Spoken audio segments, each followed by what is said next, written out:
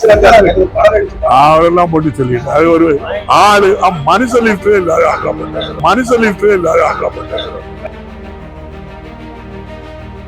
நீங்க திருப்பரங்குன்றத்தில் நீங்க எல்லாரும் சொல்லணும்ல, இந்த ஜட்ஜ்மெண்ட் மக்கள் போராட்டமா சொல்லுங்க, பக்தர்கள் போராட்டமா சொல்லுங்க, ஒண்ணுமே இல்லையங்க.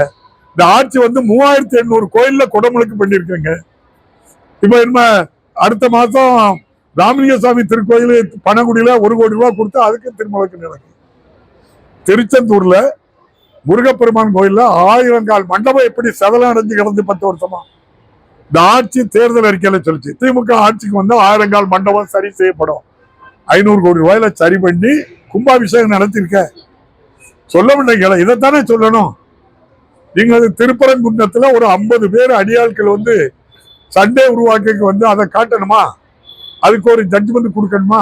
அதை தூக்கிட்டு அலையணுமா? ஏன்னா தம்பி இந்த பாண்டன் எல்லாம் நல்ல மதிப்பு உண்டு. அந்த தம்பி சொல்லதை பார்த்தா எல்லாம் தெரியும், தெரிஞ்சும் மடைமாற்றம் பண்ண. நாட்டுல அமைதி இருக்கணும். எந்த பக்தர்களையாவது எந்த கோயிலையாவது வழிபடுறதுக்கு இந்த அரசு எதிராக இருக்கா? பாதுகாப்பு கொடுக்கு. எவ்வளவு நன்மை. எல்லா கோயிலும் அவங்க ஆலயமா இருந்தாலும் சரிதான், இந்து கோயில்களா இருந்தாலும் சரிதான், இல்ல மசூதிகளா இருந்தாலும் சரிதான், அவங்கவுங்க விருப்பப்படி வழிபடுவதற்கு பாதுகாப்பு கொடுக்கு. இந்தியாவிலே சட்டத்தின் ஆட்சி.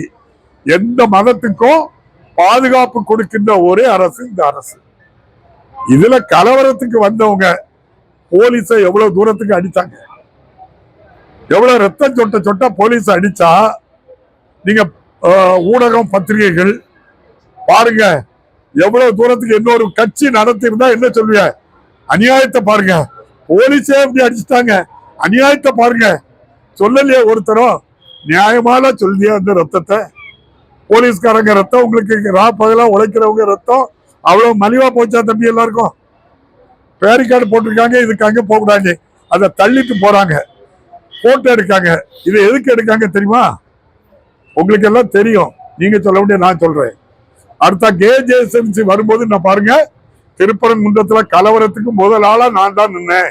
இந்த போட்டோவுக்கு கேஸ் ஏஜென்சி வந்துடும், இந்த போட்டோவை காட்டினா பல்க் வந்துடும், இந்த போட்டோவை காட்டினா அரசு மத்திய அரசு வக்கீல் ஆயிடுவாரு, இந்த போட்டோவை காட்டினா என்ன கொடுத்துருவாங்க? ஜட்ஜ் ஆயிடுவாங்க. நீங்க இந்த வழக்கு போட்டாரே யாரு? அவரு ஒன்றிய அரசினுடைய வழக்கறிஞர், ஸ்டேட் ஒன்றிய மாநில அரசினுடைய வழக்கறிஞர். மத்திய அரசுக்கு எதிராக கேஸ் போட முடியுமா? முடியுமா சொல்லுங்க? ஒன்றிய அரசு வழக்கறிஞர் மாநில அரசுக்கு எதிராக வழக்கு போடலாமா? அதுக்கு தீர்ப்பு கொடுக்கலாமா? இது என்ன நியாயங்க? இது 4 தீர்ப்பு, 14, 17, 21, 23. இந்த 4 தீர்ப்புக்கும் ஒரு முரண்பட்ட தீர்ப்பை கொடுத்து கலவரம் பண்ணதுக்கு எந்த இடத்துக்காக நீதியரசர் ஸ்பாட்டுக்கு போயிருக்காங்களா?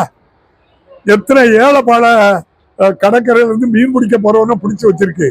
எந்த நீதியரசர் போய் இது அநியாயம் மத்திய அரசு சொல்லி போச்சிருக்காங்களா? இல்லையே.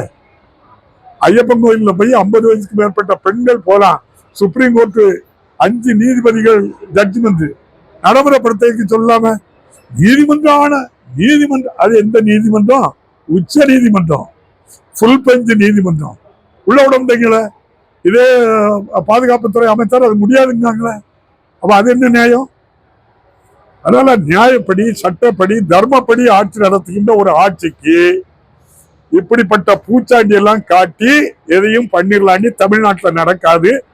மாண்புமிகு நயினா நாகேந்திரன் அவர்கள், உங்க முகம் ஒரு முகம், அமைதியானவர், நல்லவர், பண்பாளர்னு இருக்கு. இன்னொரு முகத்தை காட்டாதுங்க, அது மக்கள் வெறுப்பாங்க. அதை நன்றி, வணக்கம். அவரெல்லாம் போட்டு சொல்லிட்டு அது ஒரு ஆளு மனுஷலிட்டு.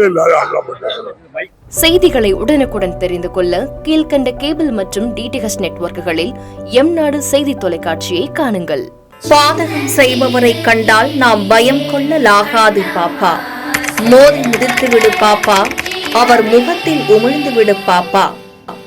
அண்மை செய்திகளை உடனுக்குடன் தெரிந்து கொள்ள இணைந்திருங்கள் எம்நாடு தொலைக்காட்சியுடன்.